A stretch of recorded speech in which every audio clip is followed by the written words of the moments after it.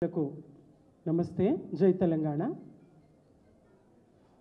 Jubilee hills నియోజకవర్గంలో మాగంటి సునీతమ్మ గారి గెలుపు ఖాయమని తెలిసినటువంటి కాంగ్రెస్ మరి రేపు పొద్దున ప్రజలకు ఏం చెప్పాలి, ఆ ఓటమిని వాళ్ళ వైఫల్యానికి ఒక రెఫరెండంగా చెప్పాల్సినటువంటి పరిస్థితి వస్తుందని తెలిసి ఇప్పుడే ఈ డ్రామా మొదలుపెట్టి సానుభూతితో గెలిచింది, ఏడ్చి గెలిచింది అని చెప్పడానికి ఇప్పుడే డ్రామా మొదలుపెట్టింది కాంగ్రెసే డ్రామా మొదలుపెట్టి ఆడబిడ్డ కన్నీటిని ఆ వేదిక మీద జూబ్లీ హిల్స్ నియోజకవర్గ కార్యకర్తల విస్తృత స్థాయి సమావేశపు వేదిక మీద, కార్యకర్తల వేదిక మీద గోపన్న అమర్ రహే అనేటువంటి నినాదాలు విని కంటికి పుట్టెడు శోకంతో దుఃఖిస్తున్నటువంటి ఆ గోపన్న గారి సతీమణి మాగంటి సునీతమ్మ గారి దుఃఖాన్ని అవమానించే విధంగా పొన్నం ప్రభాకర్ గారు మాట్లాడడం,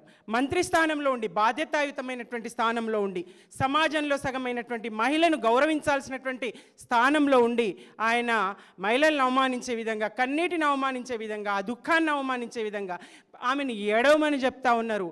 డ్రామా అని చెప్పేసి, ఆర్టిఫిషియల్ దుఃఖం అని చెప్పేసి. ఆర్టిఫిషియల్ దుఃఖం ఉంటుందా? కార్యకర్తల సమావేశం, అది ప్రజల ముంగిటికి పోయింది కాదు. కార్యకర్తలు ఓట్లు వేయకుండా ఉంటారా? ఓట్ల కోసమా? ఒక్క సందర్భంలో గారు పొన్నం గారు ఏదో నోరు జారిండ్రు, మాట వరుసకు ఆ దాటున వచ్చేసింది అన్న సందర్భం కాదు. పదే గాంధీ భవన్ సమావేశంలో అదే మాట అంటారు, మళ్ళీ మీడియా ముందుకు వచ్చి అదే మాట అంటారు, మళ్ళీ అక్కడ గద్వాల విజయలక్ష్మి గారు, తర్వాత విజయారెడ్డి గారు మహిళల ముందర అదే మాట అంటారు. దాన్ని కొనసాగిస్తూ ఉన్న తీరును చూస్తూ ఉంటే కాంగ్రెస్ వెన్నులో వణుకు మొదలైంది. వైఫల్యాల్ని కప్పిపుచ్చుకోవడానికి తమ ఓటమిని రేపు కారణం ఏం చెప్పాలి తమ ఓటమికి అని చెప్పేసి ఇప్పుడే కారణాలు వెతుక్కుంటూ ఆమె సానుభూతితో గెలవబోతున్నది, ఏడ్చి గెలవబోతున్నది అనేటువంటి ప్రచారాన్ని ఇప్పుడే మొదలుపెట్టిండ్రు అనేది తెలంగాణ సమాజం అర్థం చేసుకుంటా ఉంది. ఎక్కడైనా ఈ బీఆర్ఎస్ ప్రభుత్వంలో గతంలో కేసీఆర్ గారు మహిళలకు ఎంత ప్రాధాన్యతనిచ్చిండ్రు, ఎన్ని రంగాల్లో 50% స్థానిక సంస్థలో రిజర్వేషన్లు ఇచ్చిండ్రు.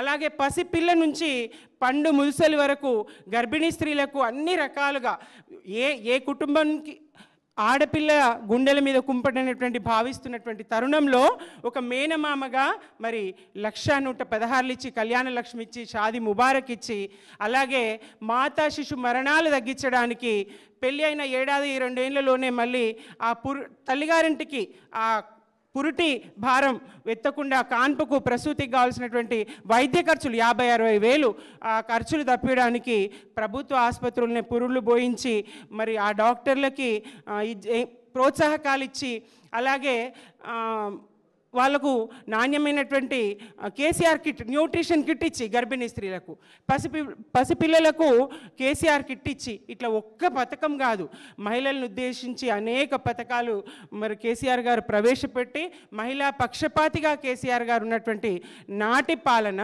మరి మహిళల్ని మోసగించి, జనాభాలో సగమైనటువంటి మహిళల్ని మోసగించి ప్రతి మహిళ అకౌంట్లో 2,500 వేస్తానని చెప్పేసి మహాలక్ష్మి పథకంతో బూటకపు హామీ ఇచ్చి, ప్రతి కళ్యాణ లక్ష్మితో పాటు షాదీ ముబారక్తో పాటు తులం బంగారం ఇస్తానని బూటకపు హామీనిచ్చి మహిళల్ని మోసగించి ఇవాళ అబద్ధాలతో అధికారాన్ని చేజిక్కించుకున్నటువంటి కాంగ్రెస్ అదే అబద్ధాలను కొనసాగిస్తూ జూబ్లీ హిల్స్ నియోజకవర్గంలో సునీతమ్మ గారిని అవమానించే విధంగా తుమ్మల గారు అదే మాట్లాడతారు. ఎంతసేపు మరి ఇదే సోనియా గాంధీ గారు కానీ ఇందిరా గాంధీ గారు కూడా తమ తండ్రి ఆస్తులన్నింటినీ దేశం కోసం దారబోసిండు, మాకు ఉండడానికి కూడా ఇల్లు లేదని బోరున ఏడ్చి అధికారంలోకి వచ్చిండు. ఇదే సోనియా గాంధీ గారు తన భర్తను మరి హత్య గావించబడ్డారు, తన భర్త హత్య అని చెప్పి హత్య గావించబడ్డారని చెప్పి ఆమె అదే ప్రయోగించిండ్రు. మొన్నటికి మొన్న ప్రియాంక గాంధీ గారు కూడా తమ నాయనమ్మ అలాగే తన తండ్రి హత్య గావించబడ్డారు, తమ కుటుంబం త్యాగాల కుటుంబం అని చెప్పేసి ఆ నినాదాన్ని ఉపయోగించుకొని మాట్లాడినరు. కాంగ్రెస్కి ఒక నీతి, మరి ఇక్కడ ఇంకొక నీత. అదేమన్నా ప్రజల సభన అయినా ఏడవద్దు అనడానికి నిషేధం విధించిందా? కాంగ్రెస్ ప్రభుత్వము దుఃఖం వస్తే ఏడవకూడదని ఏమన్నా నిషేధం ఉందా రాష్ట్రంలో? 6 నెలలు కూడా కాలేదు భర్త చనిపోయి. దుఃఖం ఉండదా, బాధ ఉండదా? అర్థం చేసుకునేటువంటి సోయి జ్ఞానం కాంగ్రెస్కు ఉండాల్సింది పోయి ఈ రకంగా అవమానించడం అయితే తీవ్రంగా ఖండిస్తూ ఉన్నాము. యావత్తు నెటిజన్లు ఇవాళ పార్టీలకు అతీతంగా నెటిజన్లు తిట్టిపోస్తూ ఉన్నారు. ఇది పద్ధతి కాదు పొన్నం గారు, ఇది పద్ధతి కాదు తుమ్మల గారు అని. అలాగే మహిళలు కూడా ఖండిస్తూ ఉన్నారు. మరి పొన్నం గారు, తుమ్మల గారు ఇద్దరు కూడా మహిళలకు, స్త్రీలకి క్షమాపణ చెప్పాలి, వ్యాఖ్యలు వెనక్కి తీసుకోవాలి, మరొక సందర్భంలో ఇలాంటి మాటలు మాట్లాడకూడదని తెలియజేస్తూ జై తెలంగాణ. అందరికీ నమస్కారం. మీడియా మిత్రులకు అందరికీ నమస్కారం. నిన్న ఏదైతే పొన్నం గారు కానివ్వండి, నాగేశ్వరరావు గారు కానివ్వండి ఏదైతే కమెంట్స్ చేశారో దాన్ని మేము తీవ్రంగా వ్యతిరేకిస్తూ బహిరంగంగా ఏదైతే వారు చేసిన స్టేట్మెంట్స్ని వెనక్కి తీసుకొని సునీతమ్మ గారికి, మహిళలకు అందరికీ క్షమాపణ చెప్పాలని చెప్పేసి మేము డిమాండ్ చేస్తున్నాం. ఇన్ కేస్ అట్లా చేయని పక్షాన మహిళలందరం కలిసి ఉమెన్ కమిషన్కి వారి మీద కంప్లైంట్ కూడా చేయడానికి మేము సిద్ధంగా ఉన్నాం. మర్చిపోవద్దు, ఉమెన్ ఓట్స్ని గెలుచుకొని అంటే ఓట్ల మీదనే బతికిన కాంగ్రెస్ వాళ్ళు ఈరోజు సునీతమ్మ గారి మీద ఇట్లాంటి స్టేట్మెంట్స్ చేయడం అనేది వారి విఘ్నతకే వదిలేస్తున్నాం. వాళ్ళ లైన్ క్రాస్ చేసే ఏమైనా చిల్లర వ్యాఖ్యలు రానున్న రోజుల్లో చేస్తే ఖచ్చితంగా ప్రజాక్షేత్రంలో జూబ్లీహిల్స్ ప్రజలే వారికి బుద్ధి చెప్తారని తెలియజేస్తూ అవకాశం ఇచ్చినందుకు ధన్యవాదాలు. Thank you.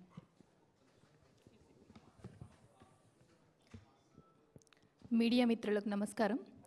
ఏదైతే జూబ్లీహిల్స్ ఉప ఎన్నిక వచ్చిన సందర్భంగా జూబ్లీహిల్స్ విస్తృత స్థాయి సమావేశంలో మరి సునీతమ్మ గారు కొన్ని లక్షల మంది అక్కడికి వచ్చి గోపన్న అమర్రహే అన్న సందర్భంలో కన్నీరు పెట్టుకున్న ఆ సందర్భాన్ని, ఎగతాళి చేస్తూ అవహేళన చేసిన ఆ సందర్భాన్ని నిజంగా తీవ్రంగా మా మహిళా లోకమంతా ఖండిస్తుంది.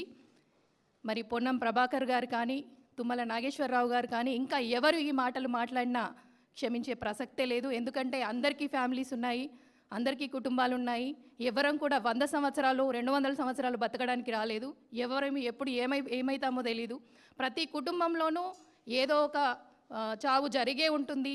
అంటే వాళ్ళను ఓదార్చిన సందర్భాలు ఎన్నో వాళ్ళు కూడా చూసే ఉంటారు. మరి అలాంటి సందర్భాలని కూడా చూసి మరి ఒక మహిళని కన్నీటిని ఇలా రాజకీయం చేస్తూ, అంటే భార్యాభర్తలకు ఉన్న ఒక ఆ ప్రేమని కానీ ఆ బంధాన్ని కానీ గుర్తు చేసుకొని, నా భర్త ఈరోజు ఇక్కడ ఉంటే నాకు ఈ పరిస్థితి వచ్చేది కాదు కదా, నేను ఒక ఫ్యామిలీలో ఉన్న మహిళని ఈరోజు ఇక్కడ నిలబడాల్సి వచ్చింది, మళ్ళీ ఈ ఉప ఎన్నిక వచ్చిందన్న సందర్భాన్ని ఎగతాళి చేసి నిజంగా మాట్లాడడం అనేది తీవ్రంగా ఖండిస్తున్నాము.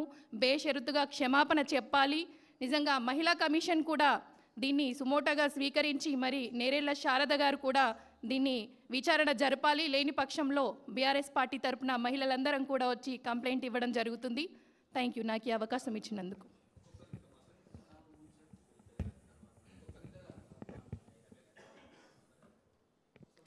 మీడియా మిత్రులందరికీ నమస్తే అండి.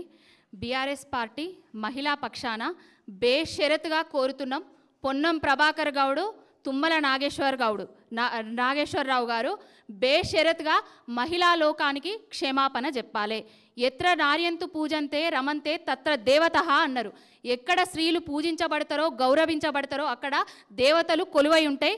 కానీ అది కాంగ్రెస్ పార్టీకి వర్తించనట్టుగా ఒక మహిళ, ఒక ఆడబిడ్డ 6 నెలలు కాలేదు ఆమె భర్త చనిపోయి, ఆ భావోద్వేగానికి గురైన క్షణాన్ని కూడా డ్రామాలు, సినిమా ఆర్టిస్టుల లెక్కల ఓట్ల కోసమే ఇవన్నీ చేస్తున్నారు, ఆడబిడ్డ కన్నీళ్లను కూడా ఓట్లు రాల్చుకుందామని చూస్తున్నారు అని మాట్లాడుతున్నారు. బిడ్డ ఖబర్దార్, ఓట్లు రాల్చుకున్నది, కన్నీళ్లను రాజకీయంగా వాడుకుంటున్నది కాంగ్రెస్ పార్టీ. ఆనాడు రేవంత్ రెడ్డి ప్రతి సభల కన్నీళ్లు పెట్టుకున్నాడు, అది మర్చిపోయి మాట్లాడుతున్నారా? సోనియా గాంధీ కన్నీళ్లు పెట్టుకొని రాజకీయం చేసింది, అది మర్చిపోయి అది కూడా డ్రామానేనా? ఇందిరాగాంధీ కన్నీళ్లు పెట్టుకొని డ్రామాలు చేసింది, అది కూడా డ్రామాలేనా? ఏం బిడ్డ, అసలు రాజకీయంగా అధికారం వచ్చిందని అహంకారంతో విర్రవీగుతూ ఒక మహిళ కడుపులో